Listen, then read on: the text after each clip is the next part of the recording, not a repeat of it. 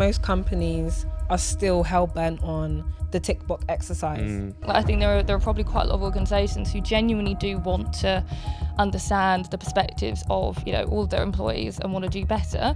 They don't know how to. If we just go by economic capital and we look at how right at the top of that pyramid, there's one identity group is represented far more than others.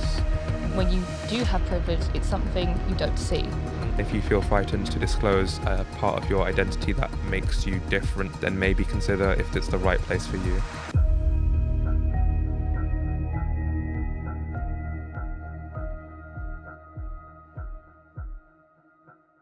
Please stop all this woke agenda. It's political correctness gone mad. Sorry, Thought Police. You're such a snowflake. Surely all lives matter.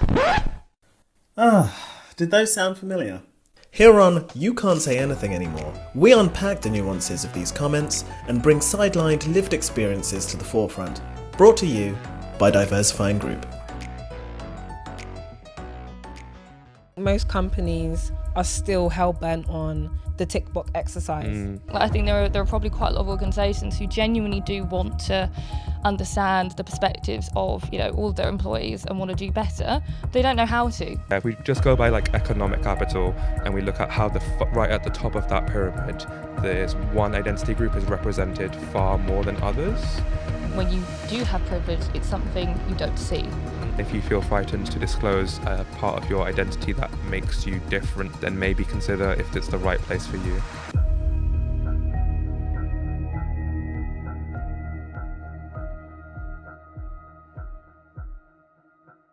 Please stop all this woke agenda. It's political correctness gone mad. Sorry, Thought Police. You're such a snowflake. Surely all lives matter. Did those sound familiar? Here on You Can't Say Anything Anymore, we unpack the nuances of these comments and bring sidelined lived experiences to the forefront. Brought to you by Diversifying Group. Hi everyone, welcome to this month's episode. Today we've got a very, very lovely cast of people here today. It's all my lovely colleagues. But before we get started on the episode, this is You Can't Say Anything Anymore. I'm your host. My name is Naomi. My pronouns are she, they. And I'm also joined by a lovely co-host today. They're very wonderful. Tobi. Took a pause there. But yes, my name is Tobi. My pronouns are she, her. And I'm the account executive for Diversifying Agencies. And I'm joining my colleague Naomi today as her co-host. Hooray. And who are our lovely other colleagues today? Hi there, I am Almaas Bakari. I'm the process team leader at Diversifying, they, them pronouns. I'm Olivia Banton. I'm a diversity and inclusion consultant at Diversifying Group, and my pronouns are she and her. Right, so today we're going to be speaking about the lovely intersectionality. Woo! We all love that stuff. Yeah. Right, so we're going to be grilling you today. So the first question is, what is intersectionality for the audience, and why is intersectionality important? Anyone want to go first? Go on. I know you want to have us. I feel like I've already done a podcast on intersectionality and may have already said this at some point in the podcast's history. So maybe it's difference of opinion, yeah. So I think for me, intersectionality refers to, I guess, the layers or different facets of our identity. So take me as an example. I'm a woman, but I'm not just a woman. I am a biracial woman. I'm a biracial woman with a disability. I'm partially deaf in one ear. I am educated to master's level.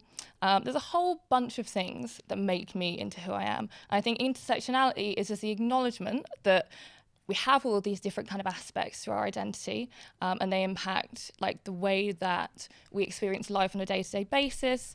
They impact the levels of privilege that we have. And I quite like the concept because I think a lot of conversations, especially around privilege, focus on one particular demographic. So a lot of it is racial privilege or, gender bias, but intersectionality makes it a bit more of a complex and a kind of a more nuanced idea, I guess. Yeah, I mean, I would totally agree. I think a good way to frame it is like to have a real world example. If you look at like studies of neurodiversity, they've centered one demographic group in their history, and they've applied that theory to other demographic groups where the theory doesn't fit as neatly. So if we look at how neurodiversity interacts in like women, or neurodiversity, how that is in people of color, it's very different than it would be in people who are not that way. So you have to have a new theory of understanding neurodiversity in order to really understand that identity, because the theory of neurodiversity that came before isn't going to apply to neurodiverse women of color, because their other intersections of their identity affect their neurodiversity. They all relate to each other. Yeah. Could you give an example of that just for our listeners about how different could it be if someone said that? So I can speak from my own experience. I have autism.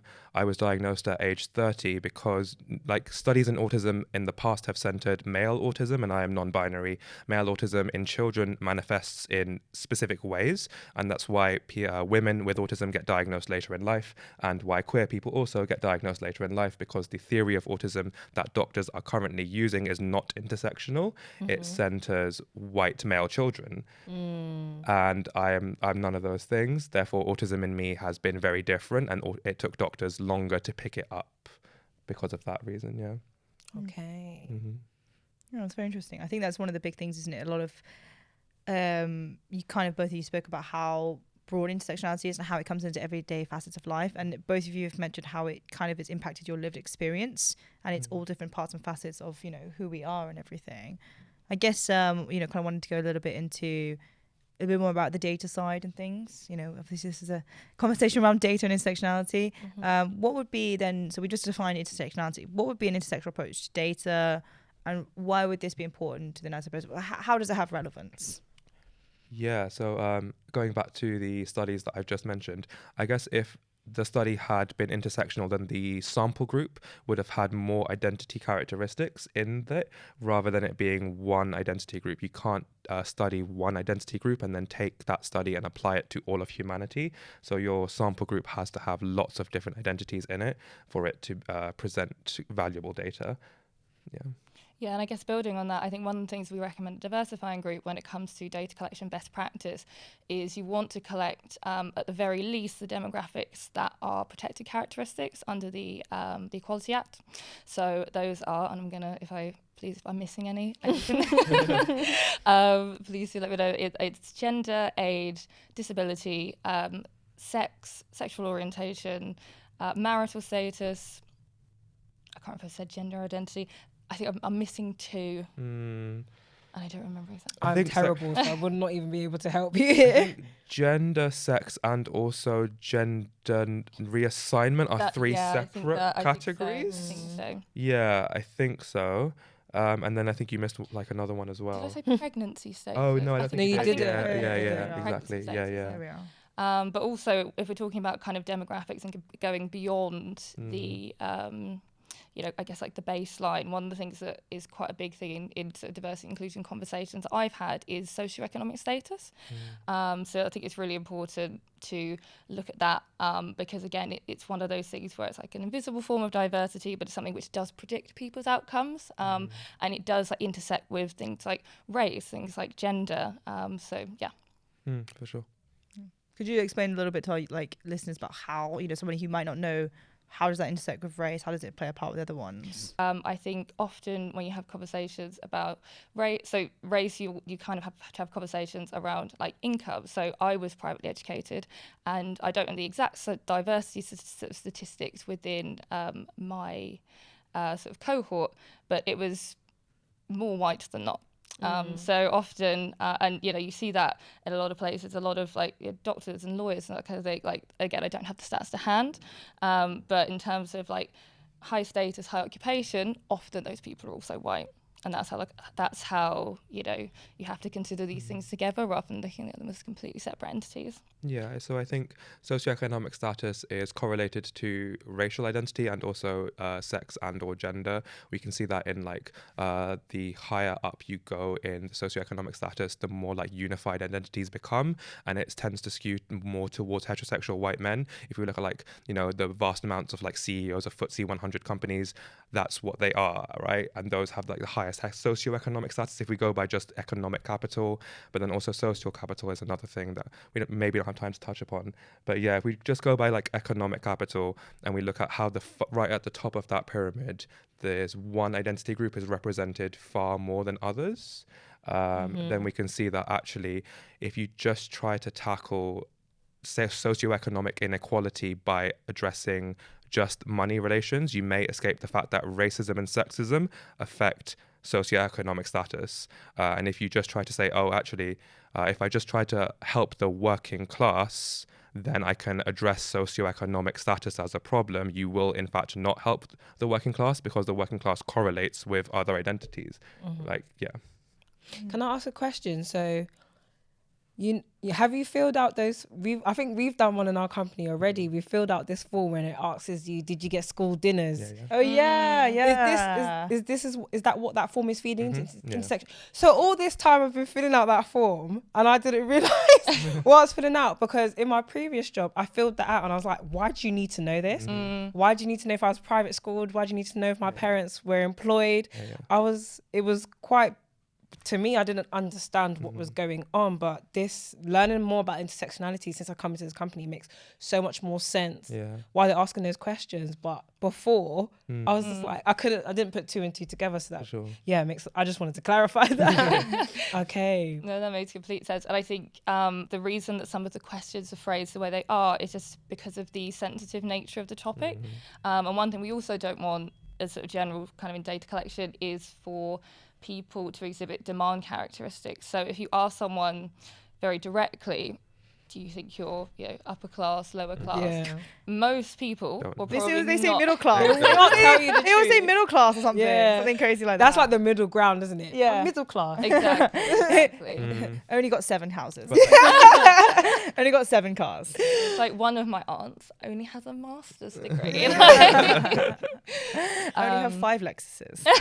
So it was me and Yanni who were like consulting about the questions that we offer as our diversity and inclusion questionnaire that we send to all staff, right? So we were like trying to come up with how to figure out socioeconomic status in a set of questions, and it's very hard because like socioeconomic status as like an identity characteristic can be measured in so many different ways. You may not have gotten school meals, like I didn't get school meals, but I come from a single parent family, but my single parent family had a high enough income for me to not have school meals. Right. But that, so like it's these complex. It's quite a complex characteristic. You can have overall high income, like say one parent can earn 6 figures, and then you can have 3 children. Yeah, exactly. Yeah. I mean, I completely mess up the whole like socioeconomic scale because like, I was privately educated, but I grew up on benefits. I grew up in a council house. So what do you do with that? Do you put me somewhere in the middle, or like how do you take all those factors into account? Right, it's a really interesting question, and to be honest, I don't necessarily have the answer to that. Yeah.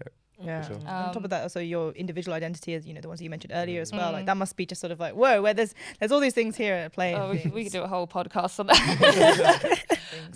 But I think you mentioned self-identification as well, which I'm always a bit wary of because again, coming back to that idea of like what do people want to think of themselves as, and that's influenced by a bunch of other things as well. But I do think if you could measure that and correlate it with those more objective variables, like your parents' income and did you have free school meals and what's your education level, then maybe together that would be quite a good metric for measuring socioeconomic status.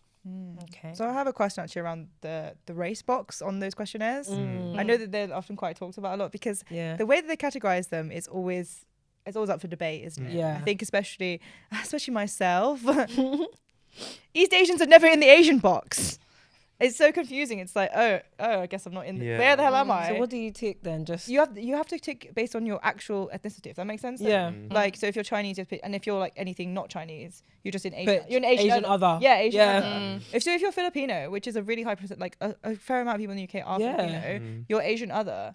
But then, it's so confusing. And then often, sometimes mixed only means black and white mixed. Yeah. If you're Asian and white, it doesn't mean anything. Yeah, else. it doesn't. If you're Asian mixed, like Asian and white, or even Blasian. I don't know what you'd tick if you were Blasian, because it's so, I don't know, sort of, is that what you're speaking about, the self-identification and things, and in terms of which ones you would tick and things and how they're kind of determined? I mean, I think that's a really good and a really interesting question. It's not also what I have all the solutions to, but I'm a big fan of having quite discrete and broad categories, but then giving people the option to self-identify. So you have a box which says other, and I'll give people the opportunity to just write in and self-describe. Because like I say, there are so many sort of complex identities. It's like, how do you capture all of those on a form which is meant to be kind of quite categorical? I think the reason that there aren't always categories for everybody is just for ease of analysis. So, but it's also a difficult one because, on a personal level, you want to feel like you're represented within that form. But I don't think it's a case of active sort of, intentional discrimination. It's simply because, data analysts just a bit lazy sometimes. I mean, so I did work on the census, the last census that just went out before coming to this company. It was the last Oh, job I do had. tell us insiders. Right. Insider knowledge. So That sounds very fun. I can say that, and I also worked in the NHS. We offer the languages that are most prevalent in this country. We can't offer every language to and we can't offer every race group in the form because of space reasons, right? There are like hundreds and hundreds of languages, hundreds and hundreds of people, and in this very diverse country, there will be hundreds and hundreds of different people, different races, different languages, right? So you have to go by, you look at the population, you see which ones recur the most common, and then you put those down, and then you have to put other for other ones, and that it doesn't represent people perfectly, but there is no way to do that on a short form. Right. Yeah. The brevity. Yeah, for sure. Well, also, when you're talking about quantitative data, you need enough of a sample size in order to draw meaningful conclusions from it. Yeah. So although there are, I'm not trying to not acknowledge all of those sort of very small groups of minorities. Fundamentally, what you're looking to do is make generalizations based on fairly large groups. Yeah, this is true. Yeah, because I remember... Oh, sorry, you go ahead. I was going to say, macro analysis is maybe more beneficial when you're looking at highly minoritized groups. You don't really want, not micro analysis is a lot more beneficial. You need to think about smaller data sets rather than placing that group in the larger society. And that's where intersectionality comes into it, really. Thinking about, if you really want to study this group that the census can't study because it's a very unintersectional approach to social science, then you need a new methodology, and it can't be a quantitative analysis because the numbers aren't there. There isn't enough people there to have a quantitative analysis of. So you do structured interviews, you do qualitative analysis where you're all right, there may only be 10 of you in this country, so I'm going to do hour-long interviews with you. So interviewing North Korean defectors in the UK. Yeah, exactly. Actually, there's 250, but yeah. Yeah, exactly. Yeah. But Well, if you were to give a survey to those 250 people, maybe only 10% would respond, and then you'd get quantitative analysis of 20 people, and you'd be trying to make really broad generalizations from a survey that only 20 people responded to. Whereas if you're going for a larger group, think about the response rates for these surveys, they're fairly low, right? Very low. Yeah. I think what's interesting as well, what blew my mind is how they do surveys in different countries and how based on different countries' perceptions about race and different things like identity influences the survey. So things like in the US, I remember I've had American housemates and things, that Asian is the same, in the same category as Pacific Islander. It's so confusing. Pacific Islander. Hawaii. Yeah, Hawaiian and stuff. Oh. Yeah, and things like that. And they're in the same category. And then Arabs are classed as white. That's so mind-blowing. In America? Yeah, in America, yeah. On censuses, Arabs are under white, and then there's also Latino, which we don't have as a tick box here. Things. But Latino is predominant. Yeah, over there. exactly. Yeah, we don't have a large enough Latinx population in this country. Yeah. There's how those perceptions around which one you fall into. Yeah. Kind of is influenced by the society and things. I mean, it's weird because I had Lebanese friends who also thought they were white, and then me being a British person, I'm oh wow, okay, that's. That blew my mind as well. I was oh, okay. Do you know what I've noticed in the UK compared to the US? A lot of people in the UK know where they are from, ethnicity-wise. Yeah. Oh yeah. Of course, when you go to the US, from my experience as a black person in the UK, speaking to an African American, it's complete. None of them know their roots. All they say is, "I'm African American and I'm probably from Atlanta." And I'm so you don't know your general ethnicity or root? They said no, and that's because obviously, as if we'll be here forever if I say about slavery going back, but a lot of people in the UK know where they're from and they know their identity a lot more here, and it always baffles me, like you just saying, someone that is Lebanese over here, if you ask where they're from, they'll be I'm Lebanese, but if you go over there I'm white. That's crazy. It's because it's I guess from what I understand what you're saying is the black is the catch-all identity for people with Yeah, experience of like within the Yeah. same thing. Whereas Yeah. here, black encompasses a different identity in the sense that it has many experiences, like Many. Afro-Caribbean, mixed people, like all those things, because it's all of those different things coming together. Yeah. Whereas that it's In the yeah, US, they yeah. literally just clump you Mhm. by the color of your skin. Oh yeah, for sure. Basically, that's it. In a nutshell. simple way for data. Done. Yeah. Let's find out. Done. Things. I kind of wanted to just mention that intersectionality, I did a little bit of reading myself. So the word intersectionality was made by a woman called Kimberly Crenshaw a couple of years ago, and she made me understand it really, really well. So intersectionality, like you said, can affect a lot of people, but sometimes we put it into one category, so gender or race, or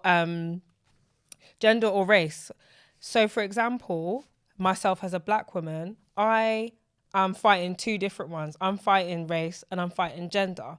So a white woman coming into my workplace is only hitting the road of gender, whereas I'm fighting both. So she said the reason why the word intersectionality came around is because she met a woman who wanted to apply for this place. This was way back in the day, wanted to apply for this place, and she didn't get the job, and she took it to the courts because she felt like she was getting racially and gender discriminated. And the judge threw it out of court, and he wrote a report on it saying he did not find any discriminatory going on. And the reason why he said that was because they hire genders and they hire race. But the difference is they hire race because they are hiring black males to do all the dirty, the hard down, low bottom roles. But they're hiring white females to do the secretary roles. He did not see that he has no black females in his establishment. And that's where she come with intersectionality, because she explained it that we're always crossing paths in everything throughout life. You just explained you're non-binary and you're autistic. You're fighting two different things. I hope I'm explaining it well. Good, yeah. I hope I'm explaining it as well. So yeah, that's my take on intersectionality, and I think it's a very good word and a good way of describing it that has come around, because I wouldn't have known how to describe it, because she said something really important. If we can't see a problem, there's nothing to fix. Right. And I think that's how generations have been acting. They've not seen the real problem. Obviously, that's the problem with race.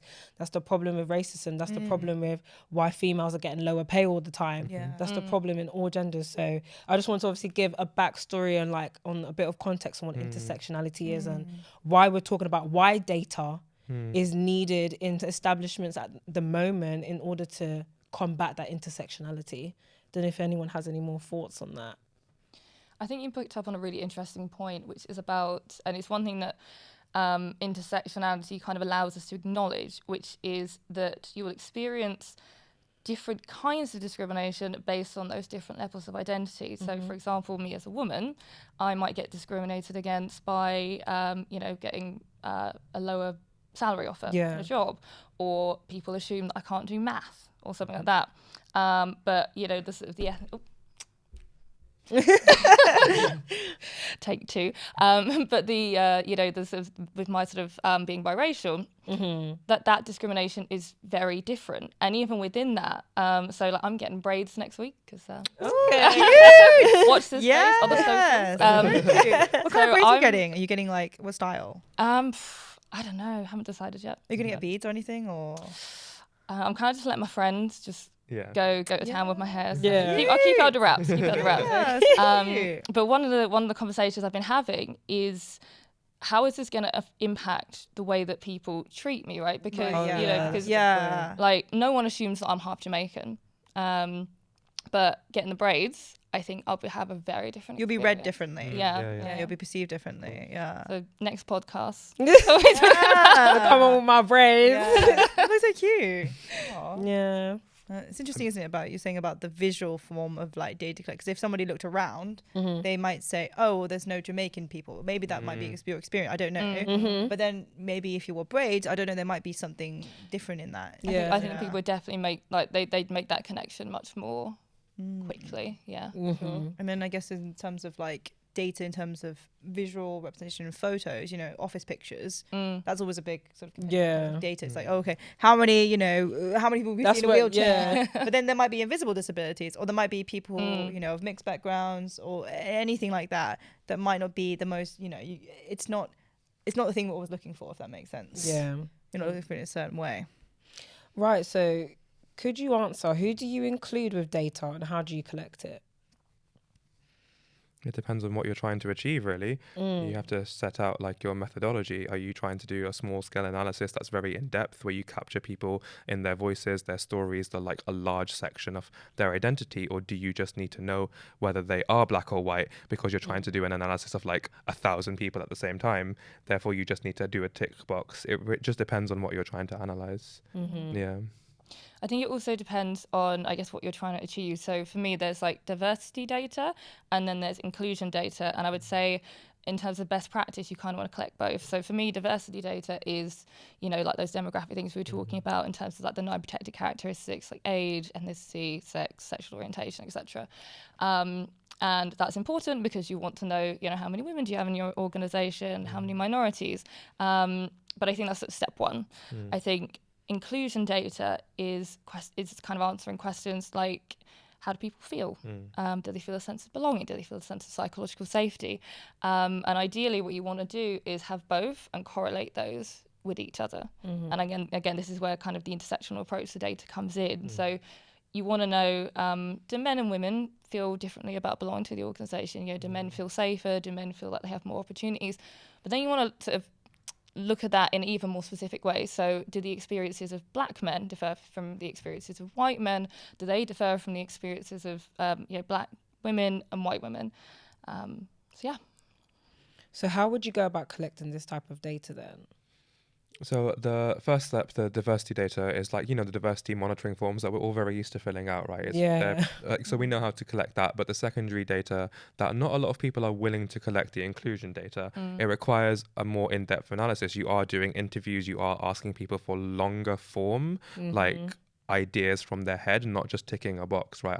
I need a paragraph from you about how you feel. I don't need you to tick a box. So when you're collecting that type of data, it takes a lot more time because you're doing a lot more. You're not just handing them a survey and waiting for a response. You're sitting with each individual person to do a structured interview, and then you're running an analysis of words rather than numbers, which takes longer in general because words don't directly correlate to each other in the way that numbers do. And that's why this inclusion data is something that I think is very much lacking in the D&I space right now. I feel like a lot of companies are willing to do the first step to gather the diversity data to see how diverse their workforce is, but they aren't willing to go to that next step beyond that and put the extra capital behind the research to find out how these people feel now they are here.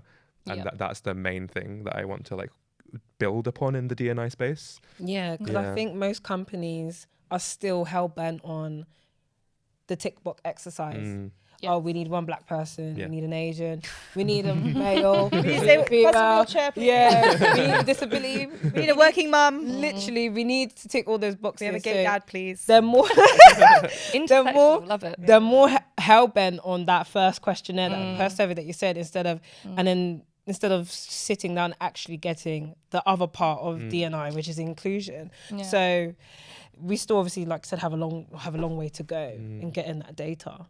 I think also in some ways there's a bigger risk in collecting inclusion data, partly because, like you say, a lot of people are kind of jumping on the diversity inclusion bandwagon, so they are doing the hiring, right?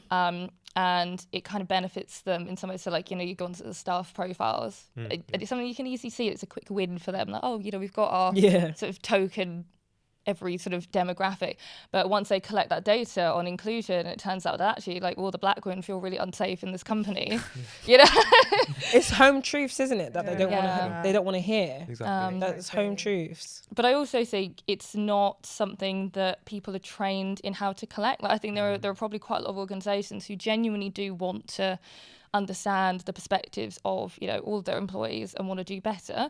They don't know how to. And I think there's, you know, there is a lot of debate around like what data to collect and how to analyze it. And those analyses can be quite complicated.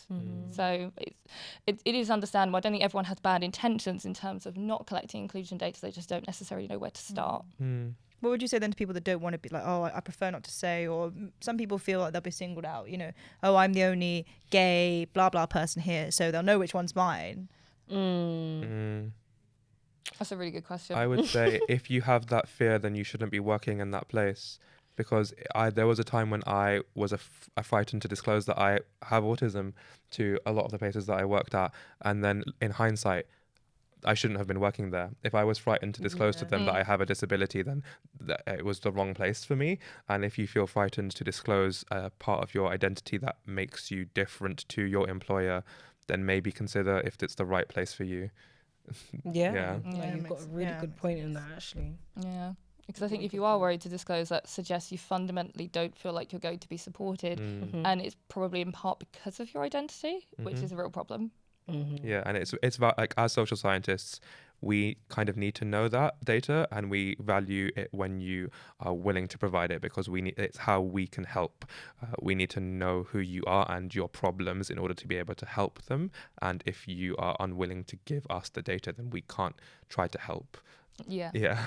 So fill out your forms, people at work. Yeah. Basically, Unfortunately, fill out the form. Really sorry, but there are people who actually read that data and try to help. I know it feels like that it's pointless. It's like When soulless you- husk. When you get it through your email, you're like, oh, no. Yeah. But it is going to a good cause when you fill it out. I do also think that's kind of a good point, is whenever I see those forms, I'm naturally very hesitant to fill them out, Same. especially the ones that aren't visible diversity, because like if I'm going to your organisation, like you're going to know I'm a woman, and you're going to know that, like, you're going to roughly have an idea of what my ethnicity is. But especially when it comes to invisible diversity, I'm like, why do you need to know my sexual orientation? Like, what are you going to do with this data? So I feel like if there was something in place which very clearly said how the data is going to be used and why it's of value, I think that's something that's really important. So would you say you would feel more comfortable with transparency then from the company and how this data is going to be used? Exactly. Because it's not that I'm fundamentally uncomfortable with any aspect of my identity. It's, why would I give up the sensitive information when I don't know that I don't know I'm going to get anything from it, essentially. Yeah. Especially since we've all seen the data leaks. Yeah. We've all seen those in the news and everything. So I feel like everyone's quite hesitant about those these days. Yeah. You have to obviously protect your characteristics, protect yourself when you're obviously in a business. So I can understand the transparency.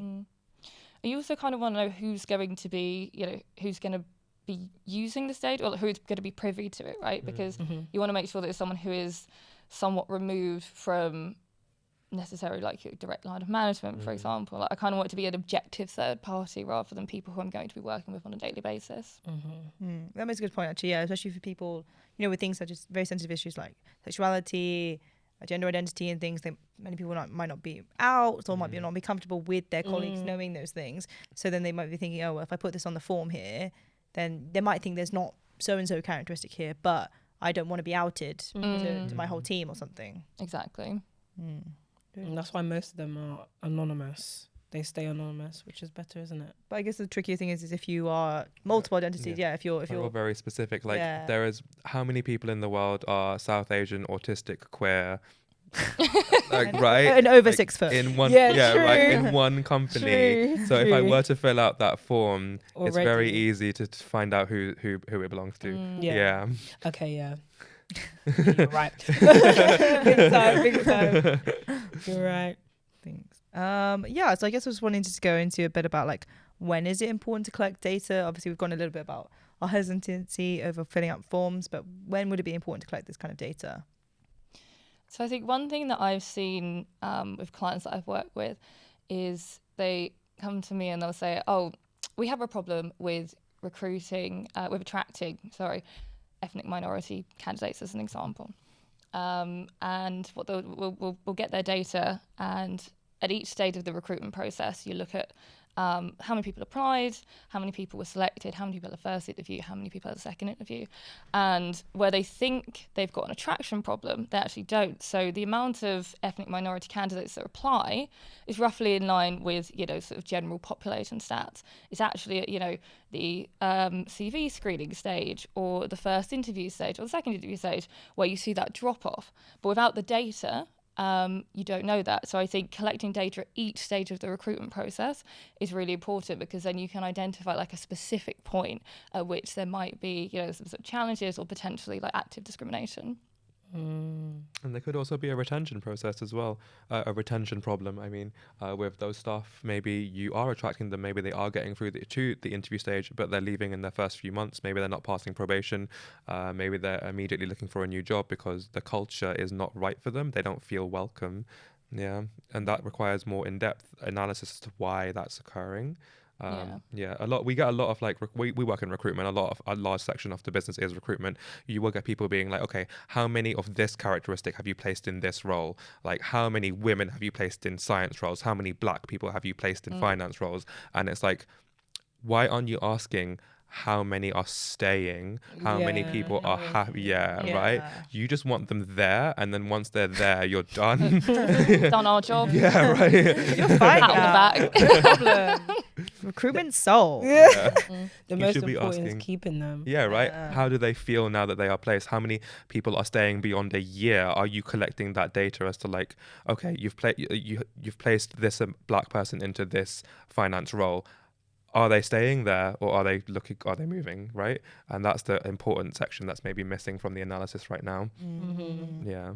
What you mentioned about the data, in the example you gave, I guess that would kind of combat a lot of what things people say, like, oh, the reason why only white people get the job, or reason the best person, i.e. the white people get the job, is because people just don't apply. It's wrong. because the people of color or the people with disabilities or the non-straight people, they just don't apply, and that's why they aren't in the jobs. I think, 'cause I guess kind of what you were saying, actually, it's when you look at each different stages, actually, it tells a very different story. Absolutely. But it also kind of increases the accountability of that organisation, because they can't say that anymore. Yeah. If you know exactly where people are kind of dropping off, then you kind of have to examine your own processes rather than making excuses like, oh, well, we're not attracting applicants. But to be honest, even if you're saying you're not attracting applicants, it's like, well, you have the option to review your marketing, your branding. So you can't get away that easily. Yeah. To add on to that, I think maybe there is some truth to people not applying for roles, but I like what you said about maybe you need to look at your marketing, what you're putting out there, because it's so easy for me now as a person looking for a job to find out everything about the company, right? So I can go on LinkedIn, I can see who's a part of that company. And if I see a big company photo of everyone in the company and I can't see myself, I'm not going to reply. Yeah, 100%. Does that make sense? I'm self-disqualifying myself already because if I can't put myself in that picture, I'm not applying. So maybe there is some truth. Yes, they can't use that excuse anymore because it's not a valid excuse, because people are applying, you're just not taking them up. But there is a little bit of truth to it. Because remember what I was saying outside that I applied for a company and I asked what's their diversity like, and they said, unfortunately, our diversity is not the best because for some reason when we put out our roles, we're just not attracting the right people. And I was thinking to myself, thank you for being very honest with me and telling me, but I was thinking, why? Because the company is predominantly white, male and female, and that's it, predominantly white. So their image and their marketing and their outlook is just, that it needs to be reviewed. It's just not there. But it's hard. How would a company get themselves out of that pit though? I think one of the really important things, I remember having a conversation on a training session the other day about equality, diversity and inclusion statements. So one thing that I look for when I apply to jobs is, do you have one? Because even the act of having one, even if it's not brilliant, it suggests that you're aware enough to put one in. And by an equality, diversity and inclusion statement, I mean more than the sort of, the standard 2 lines, like, we are an equal opportunities employer. It's like, I'm pretty sure you have to have that. I feel like it's illegal not to have that. So you don't get any points for that. But, when there's a clear effort been made to say, hey, like, we acknowledge that diversity is a priority, it's something we're conscious of. I think also when you look at kind of their public facing materials, the website, for example, if you have a diversity and inclusion section, love that, because again, it's a like whole that page. acknowledgement. Yeah, Tell with me the like what little groups organisations you're and partnering things, with, like who do you support, like what, how are you furthering inclusion in some way? But also honesty is quite a key factor in that. I've seen a lot of like companies who have really fleshed out D&I sections that make them appear very diverse, but then you go and look at like a staff event photo and the diversity is no there. It's in the marketing materials, it's on the website. But it's not it's showing. in Where, the where do job they find those advert, people? right? Where do they find those right? people? But then you look at like the staff Christmas party and it's like, oh, where are all those people that are all over your website? Like they are not Google. at the staff Christmas party. Stock photos. They probably paid someone to do a 5-minute photo shoot. Yeah, And exactly. things. Or they've used the same person over again. Yeah. That happened with my brother at his school. Really, what happened? Not to my brother, but there was again, it was a private school, so that it wasn't the most diverse. But there was one boy who was a black boy. He was in every single club. Oh, He was in the chess club. He was in rugby. He was in tennis. oh my God. Wow. I don't think he had time to actually go to school. I think he was doing all the I just don't clubs. get how they have no shame though when they're like, when they tell the Absolutely children, shame. because like that's happened to me as well. Like, oh, do you want to be? I'm not even in this. I don't even like. Yeah. Or like one time somebody asked me to do like, oh my God, to do like a presentation on how I learned English. What? And I was just like, Oh, I wow. but then I was just thinking like, yeah, it was so hard. You have to practice for ages till your English is as good as mine. Wow. Yeah, but it's Wow. just, it's like, how do they even think to select? Brazen, it's How, so Yeah. how do they think to select the kids for this? Like, oh yeah, you're going to be in this picture and this one too. I just think, like, what goes through their minds when they just randomly pick Image. Mm. They wanna look a certain way outside, so Yeah, it's they the do optics. anything. But they must know then that there's not that many people, and they must know why they're selecting that child to be in the Obviously, photo, yeah. or selecting that employee to be in the photo. But then, like, do you know what I mean? I feel like those thoughts are going through the head, but then it's like, oh, but then we won't do anything about it. Yeah, it's image. But going back to like, it has to take that one person maybe to be the guinea pig. Oh no. Be the first female or the first Asian or the first black person to go into that company and be like, right, I'm gonna be the first one. And then gradually you're hoping that you're gonna attract more. If the company's going to welcome and accept them, then you may, but if not, then you'll probably lose the one that joined quickly. Oh yeah. Yeah. Yeah. They've got no one to look at in the room and someone says something stupid. Yeah. They've got to retain Yeah. that Yeah. person. Yeah. Big time. So how can it be used to affect? How can intersectionality be used to affect positive changes within an organization by providing a baseline? How can we do that? I mean, so from my perspective, I go back to like the idea that actually these things you can't just add. If you take like a trans woman of color, you can't just add racism to sexism to transphobia in order to The get, maths. right? It's not just it's not pluses. These things compound each other. Like they make each other worse. They multiply. Right. It's not just an additional. Like if you're a woman who is also black, you aren't just experiencing sexism and racism. You're experiencing a compounding of these two things that makes each of them worse. It is not just plus. And so therefore it's a whole separate problem Right. that needs its own analysis. You can't just analyze racism and you can't just analyze sexism and try to come up with solutions for black women. You need to actually think about how sexism and racism interact with each other in new ways that have never existed before in black women. And that's why you need to ask black women, how do we help? That's what intersectionality is, right? Yes. You can't just be like, okay, I'm doing a study of all women and I can help black women from this study. Actually, no, you need to do a study of black women in order to help black women. You need to do a study of trans women in order to help trans women, etc. Right? Yeah. So you're saying like, go to the source, go to the word of mouth, go to Yeah. who it exactly affects. Yeah. In order to make that change. For sure. I mean, the whole idea of collecting data is to find an empirical truth by asking people to give you their experience rather than being like, oh, I know your experience, so I'm going to tell you what it is. Yeah. I know what you need. Yeah. Right. Let me be the one to help you. Yeah. But yeah, I agree. Like you said, that's the whole point of intersectionality, because you can easily solve that black woman's gender issues in that place. Oh, a woman that's underpaid. Okay, let's help her sort that. But then she's still sitting there having the effects of race. Yeah, exactly. So, yeah, they definitely compound.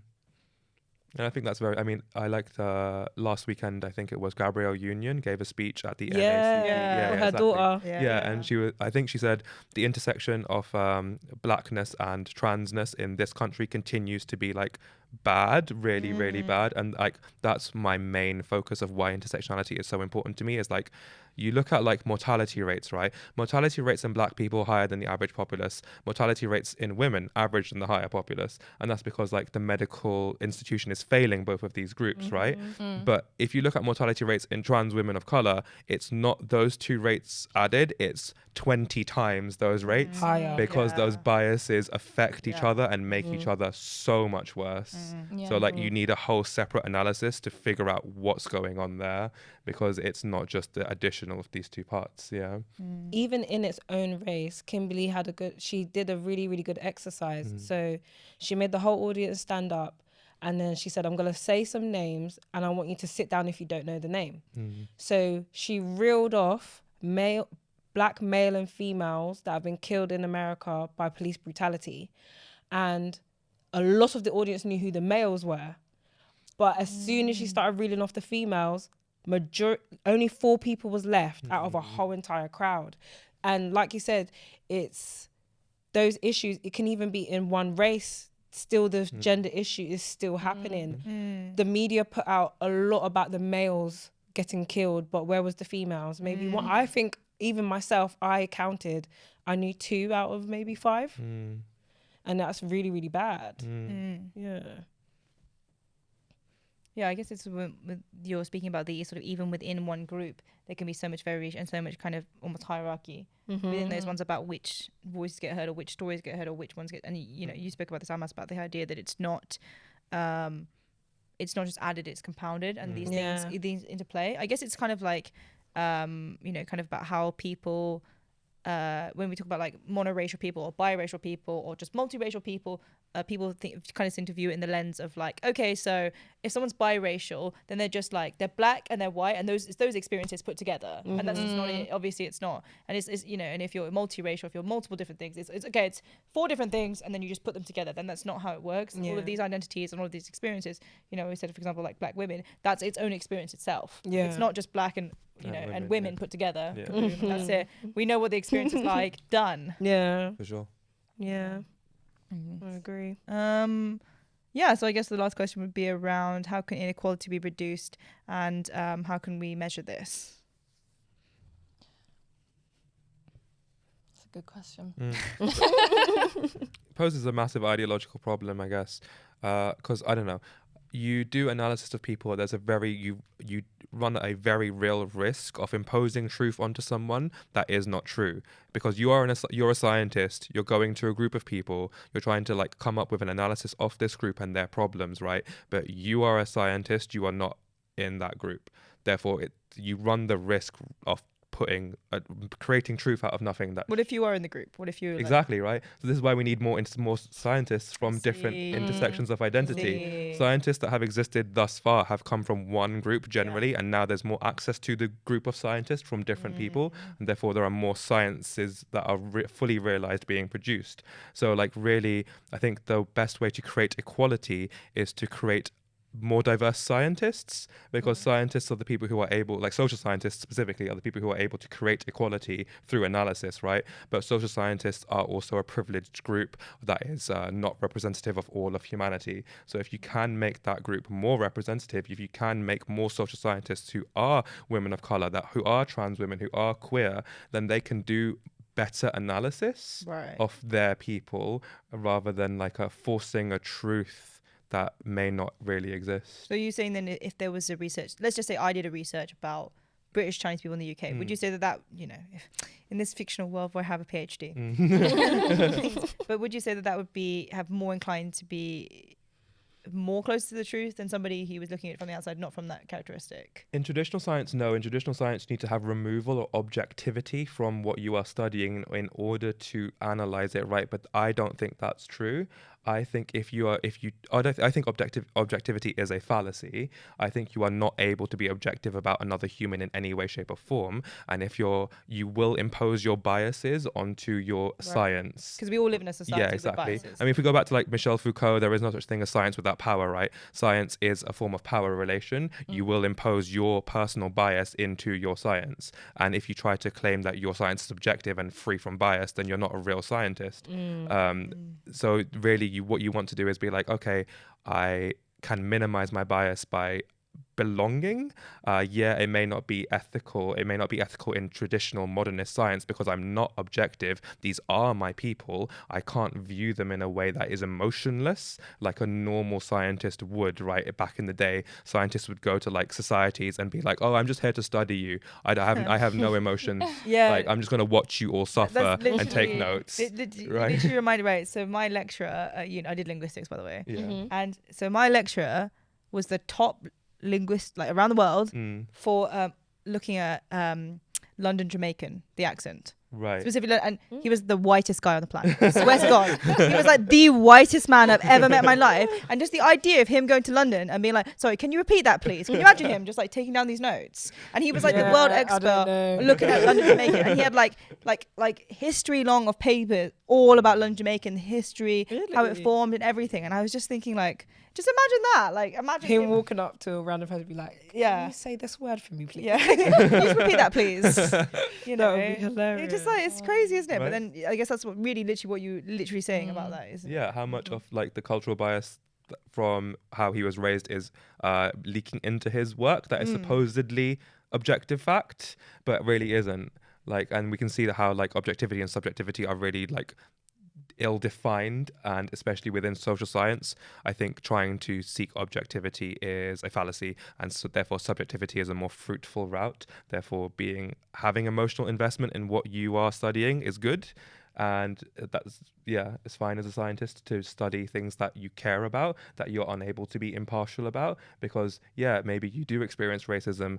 Therefore, if you want to study racism, and just because racism is a trauma you've experienced doesn't mean that your science is less valid. But I think you can sort of do science in a way that is informed by your experience without being completely guided to the point of it being less objective. No, exactly. I mean, people can't be, no one can be entirely objective. No, exactly, because like if you were entirely subjective, if you took the science out of it, it would just be literature. And like, we're not trying to create literature here. We're trying to create science, and science is empirical. There is methodology behind it. I guess the point I'm trying to make is that like, it doesn't have to be strict objectivism in that methodology, but you do need a methodological approach. Yeah. Parameters. Yeah, exactly. It has to be science still. 100%. Yeah. I mean, there's a thing that I wanted to discuss more, which is more like along the lines of where data collection is currently failing in the D&I space. I think I've touched upon it already, which is kind of like there's a lot of data collection in the talent attraction phase, and there's very little data collection in the like culture audit phase. Like there's a lot of companies who come to us who are like, okay, we will pay you to collect the data that helps us get people in, but we will not pay you beyond that, right? And that is maybe the problem. And that's something that I would like to address, is that like, actually you need to be collecting data at every stage, even exit stage. Like when they're leaving, collect that data, find out why they are leaving, and try and implement that to make your company better. Don't just get the data to get them in the door. Like, try and keep that data collection going throughout the process. And I know it's costly, but it's the only way that like you can affect real positive change. Yeah, because you obviously want to find out why that person is leaving, for what it could be nothing even to do with the company. It could be just that it's their time to move on. But you're right, collecting that data, you can find out where your company needs to improve, what kind of culture your company is giving off to that person, in order to correct the wrongs, if there is any. Just to know if there are wrongs to correct, right? It's so true, very true. I do think that collecting that data, like the culture piece, the sort of exit interviews, it relies on the company having a sort of culture of, I guess, like a growth mindset almost. So, I think a lot of organisations want to think that they're the best thing since sliced bread. I want to think they're the best thing since sliced bread. I mean, I think I'm the best thing since sliced bread, so I get it. But that is often, I think, one of the key like barriers to data collection, is because it leaves you vulnerable to, you know, the flaws of your organisation being exposed. So I think one of the things to consider is how to encourage organisations to be transparent and to foster that growth mindset and to want to genuinely learn about the experiences of people, you know, in their company. How do we sort of justify to them that actually fundamentally you'll get a, you know, a more engaged workforce? Because also I think from the perspective from the perspective of an employee, when I hear that, you know, my company wants my perspective, I think, oh, okay, well, you care how I'm feeling. And that in itself should encourage retention, assuming that the data is then kind of, you know, used appropriately and correctly. What would you want to say to companies that, like you said, they think they're the best thing from sliced bread, and they don't really care? Because you still have companies out there that don't really care for diversity and inclusion.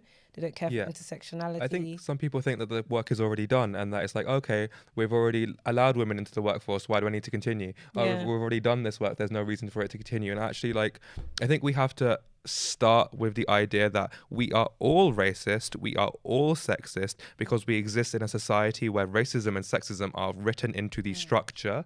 So we're all raised in racism, we're all raised in sexism. Therefore, the companies that we create are also always going to be racist and sexist, and are going to need active measures to counteract that, because the base of society is in fact both racist and sexist, right? So there's no such thing as like, oh no, my company's perfect and like I'm sure that I'm doing right by these people. Actually, no, you exist in society, and society itself is flawed. We are all flawed. Black people are racist to black people. Women are sexist to women. We are all raised in a way that we create this inequality, and that has to be addressed. There's no perfection. Yeah, and I think that's a really good point, just kind of creating a safe space for people to understand that, like you say, everybody has prejudices. You know, when I think a lot of people, they take it as an affront-run accusation when you say to them, well, actually, you know, you'll have some biases, but everyone has biases. That's perfectly normal. It's not something, it's obviously something that everybody should want to work on, but it doesn't fundamentally mean that you're a bad person. You know, it's not a moral judgment. It's simply a function of the society we live in. If anything, accepting that you have bias is better morality than being colorblind or being like, oh, I don't see color. Typical. Right? But I don't even. I know that the fundamental about the idea of being colorblind is the fact that there is an underlying assumption that everyone is equal. That's great. Okay, but the next part is that when you don't see it, then, you know, I don't want you to just not see me as a blob. Do you know what I mean? I'm not a blob like this. Do you know what I mean? I'm still me. I'm part of being me is those experiences, and those experiences are dictated by how you look, which is, you know, and what dictates how you look is your ethnicity and your race and lots of other things. You know, your ability, disability, blah blah blah blah blah things, and it's almost like you can't remove those things because then you're removing those aspects. But then I feel like when people say, oh, it's not good to become blind, but they're hearing, oh, we shouldn't be equal. But that's not what you're saying. You're saying that actually things aren't equal currently, and those things, you know, present themselves. I think a good explanation for that is, so today's International Women's Day today, and the theme is embrace equity. So everyone wants everyone to be equal, right? But that whole I don't see colour, that's a load of crap. I want you to be able to see me because I want to be, it falls under the equity kind of bracket. So yes, I want women's rights, I want to vote, I want to get equal pay, but I also want to be recognised as a woman still. So it's always equity kind of trumps equality. And yes, I want you to stop being racist because of the colour of my skin, but I don't want you to stop acknowledging my skin colour. Just because I want to be... You still want to be seen as a black woman. Exactly, That's who you are. Rather than, okay, I don't see you at all. You're just a human. We're all just humans. I'm from planet Earth. I think we've all heard that one before. We have, You know, oh, I'm where are you from? Planet Earth. No, It completely, like, dismisses and undermines the experiences that are unique to like being a woman or, you know, being an ethnic minority. And I mean, if you look at the research on colour blindness, people who adopt that mentality actually tend to be more prejudiced for that reason.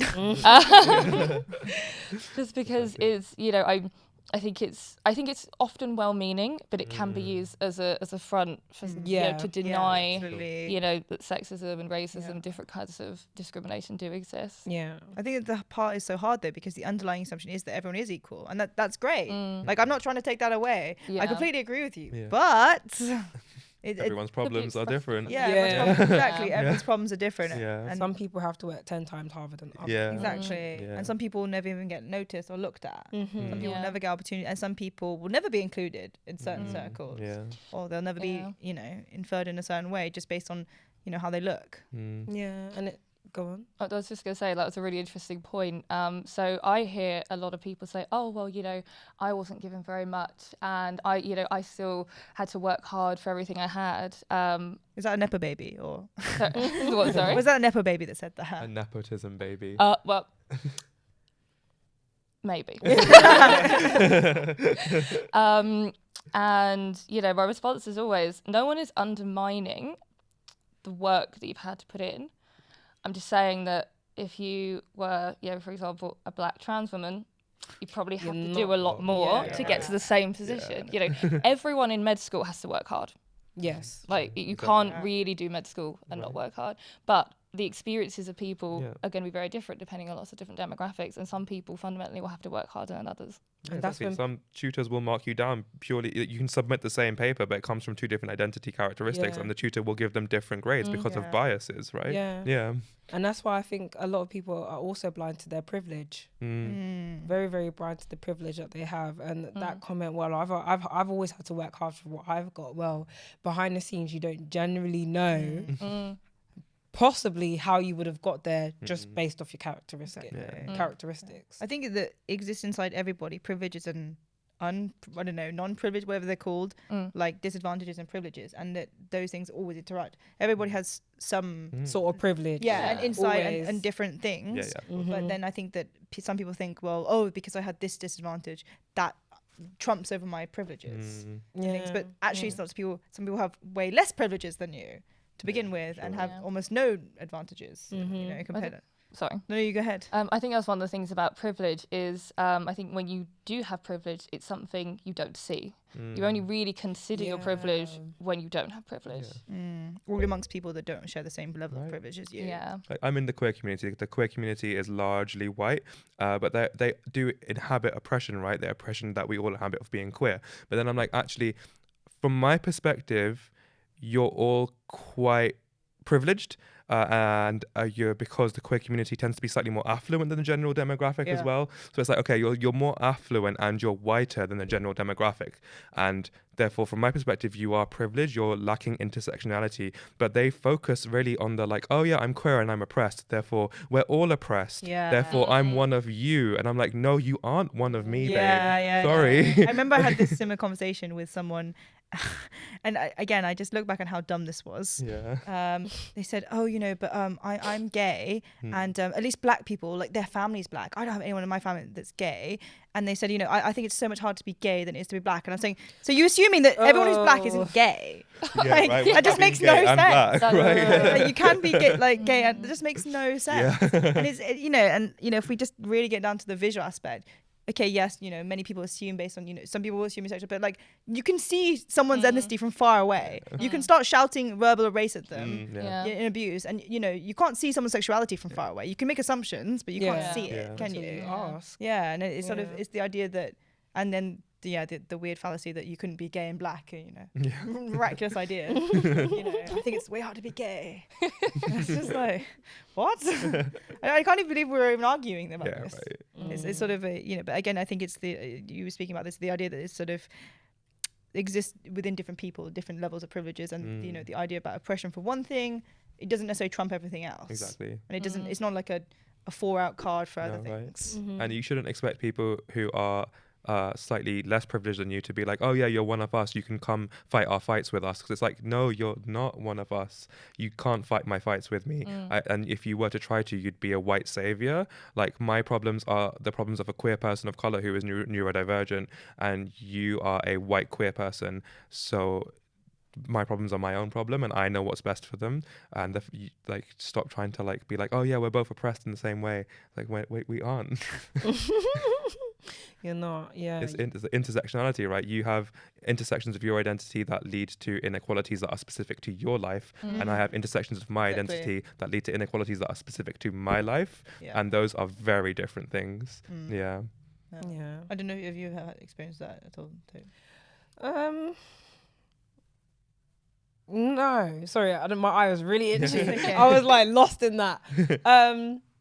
Nothing comes to mind at the moment of someone trying to, oh, I know how you're feeling. Oh, no, I haven't.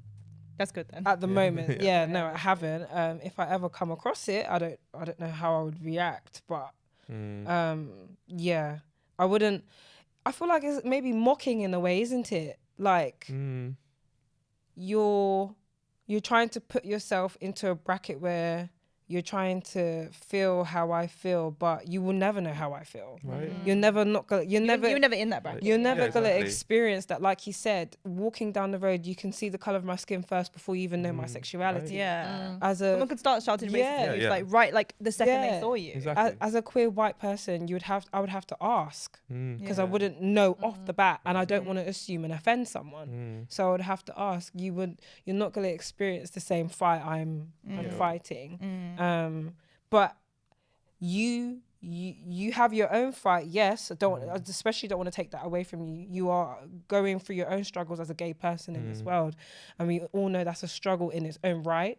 But don't try and put yourself into another bracket where you Right. clearly don't belong. Because if you do that, then you replicate cultural norms. That's the thing, right? Like, okay, you're a white woman scientist who is analyzing sexism, and therefore you put in your analysis of sexism, you put whiteness, and your feminism is white feminism, but you're actually saying it's feminism. But what you're really doing is saying it's white feminism.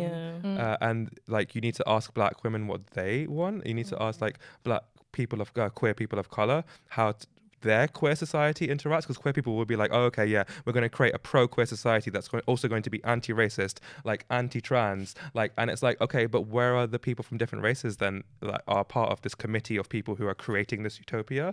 You can't just be like, oh, okay, I am oppressed, therefore I can create a utopian society for everyone who is oppressed. That's just not how it works. Yeah. You need to have intersections represented. Yeah. I don't know if you have any thoughts as well, Olivia, if you had No, an I mean- experience like that. It's an interesting one. Nothing is coming to mind off the top of my head. Okay. I have. Have you had any struggles when people find out you're biracial? Have you seen that Have you had switch in anyone? people? Yeah, have you ever had be sort of something like that? So it's very subtle. So whenever I have conversations with people about my ethnicity, they usually think I'm Spanish or I'm Italian. And when I say that I'm mixed, even then they say, okay, maybe you're from like Brazil or somewhere. When I say Jamaican, there's like the mood drops slightly. And it's a very subtle thing, which is why I didn't, bring it up when you asked initially, because I don't ever remember any like obvious sort of discrimination, but you know, when you just you can tell that people are a little bit more cautious of me and it's hard to challenge because it's not, people don't just like walk out on a date. They're not like, I hate Jamaica, bye. Exactly. They'll just start asking me like, do you like spicy food? Like, do you like jerk chicken? And it's like, well, I do. I don't know why that's the first place to go. Is like, you're already stereotyping. Exactly. Already. Literally. Yeah. I remember I was on the train and I gave up my seat to this old lady and she sat down and she was like, my dog is Chinese too. And I was like, oh my God. And she was like, I've tried saying ni hao to him, but he didn't respond. And I was like, no, old lady, I just gave you my seat. And I didn't say anything to her. Like, I'd never met this woman in my life. And she just said it. Out loud and stuff and things. And I think that's, like you were saying, isn't it? That it's like, the conversations that come out. It's That's the thing. It's very small, like microaggressions almost. It's like they start making assumptions about you based on this new information. Frustrating. So thank you so much for joining us today in person in this lovely podcast room. Yeah. Thank you for having us. It's nice to have the afternoon off. Yeah. Could not agree more. Right? Yeah. So thanks for listening. If you enjoyed this episode and would like to support this podcast, please share it with others and leave us a review on Apple Podcasts. Keep up to date with what we do at Diversifying Group at diversifying.com or follow us on social media at Diversifying Group. See you next time.